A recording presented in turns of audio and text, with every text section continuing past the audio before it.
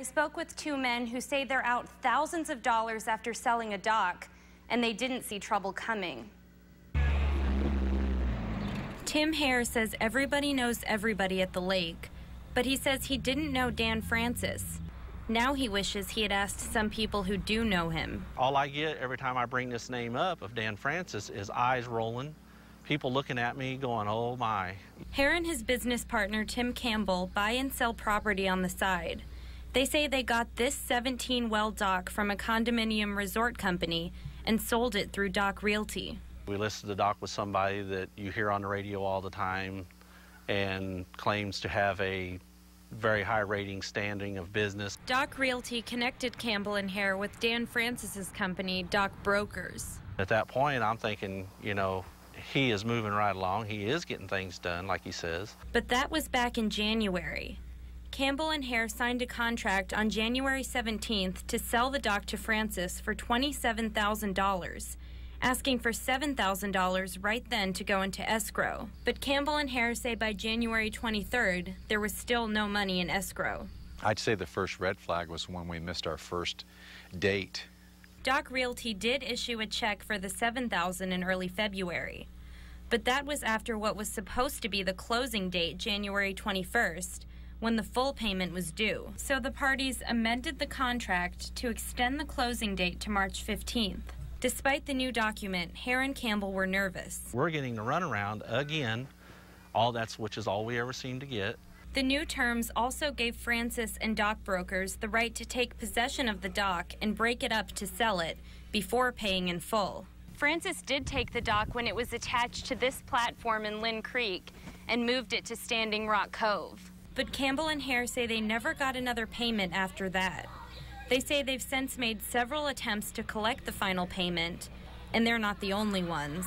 We found Missouri CaseNet reports showing pending criminal charges for theft, including one for property or services worth $25,000 or more against Francis and his companies. One of those companies, Ozark Village Contracting, went under in 2010. According to the Camden County Assessor, Francis has called in and signed personal property declarations for Ozark Village Contracting. The Camden County Collector also says Ozark Village Contracting owes more than $1,000 in personal property taxes in the last 2 years. And court records show Francis owes Harris Home Interiors in Camdenton more than $10,000. I got the document that says so. Tim King's business decorated Francis's home and never got paid for it. Is the court going to collect the money for us? And they go, no, you have to collect the money.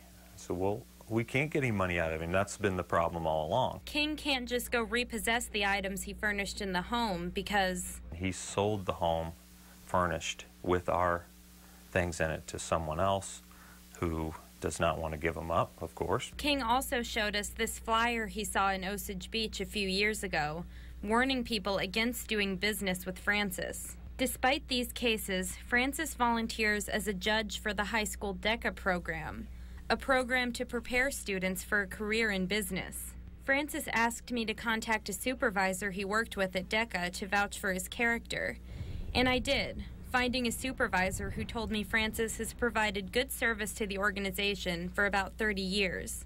Francis refused multiple requests from me to talk on camera about the deal with Campbell and Hare and the other judgments and suits against him, but he told me in an email the two agreed to only accept the initial $7,000. Francis says the dock was in poor condition and only worth that much, and that the Lynn Creek campground wanted it out of the water there. Campbell and Hare deny these claims. No one at Dock Realty would speak to me on camera either, but its attorney emailed to say the company advised Campbell and Hare not to accept the addendum's terms. Campbell says the two never heard this warning. Dock Realty also said Campbell and Hare failed to sign a listing agreement with the company. I showed what Dock Realty says is the document to them to find out why. This is the first time I've ever seen this. I mean, I never gave him a mailing address. Dock Realty said it's not liable for the unpaid balance.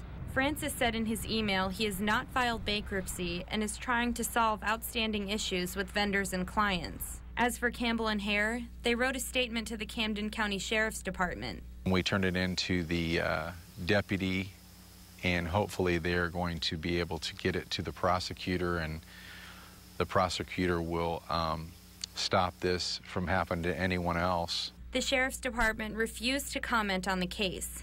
I will probably really change my whole outlook on how a lot of this is conducted with people. You know, I will probably remain to sell it on my own from now on. Campbell and Hare also don't understand why Doc Realty didn't have them meet with Francis in person to sign neither the original contract nor the addendum. The two say they're not interested in seeing the doc's current state. They just want the rest of their money.